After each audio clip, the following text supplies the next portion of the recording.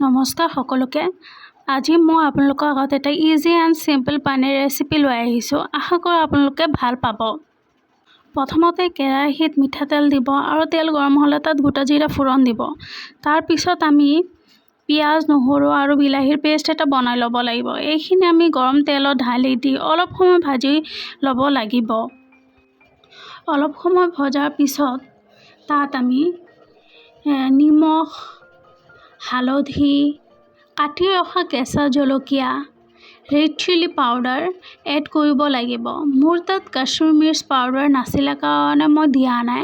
আপোনালোকৰ তাত কাশ্মীৰ মিৰ্চ পাউডাৰ থাকিলে দি দিব পাৰে। কালাৰ ধুনীয়া আহে। অলপ সময় ভাজিব। তাৰপিছত তাত মছলাখিনিৰ পৰা যেতিয়া তেল ওলাব তেতিয়া জোখমতে পানী এড কৰিব। 10 মিনিটমান হোৱাৰ পিছত নিমখ সানি ৰখা কেঁচা পনীৰ তাতে দি দিব। আপোনালোকে পনীৰ ভাজি লৈও দিব পাৰে, কিন্তু এনেকৈ এবাৰ ট্ৰাই কৰি চাব পাৰে। তাৰপিছত ল' ফ্লেমত 5 মিনিটমান হ'বলৈ দিব। হোৱাৰ পিছত নমোৱাৰ আগমুহূৰ্তত 1 চামুচ বাটাৰ এড কৰিব। কৰাৰ পিছত আপোনালোকে গেছটো অফ কৰি দিব। আৰু এয়া ৰেডি আপোনালোকৰ আগত ইজি এণ্ড চিম্পল পানীৰ ৰেচিপি। আপোনালোকেও ট্ৰাই কৰি চাব পাৰে। খাবলৈ বহুত টেষ্টি হৈছিলে। আপোনালোকে এবাৰ ট্ৰাই কৰি চাব। ধন্যবাদ।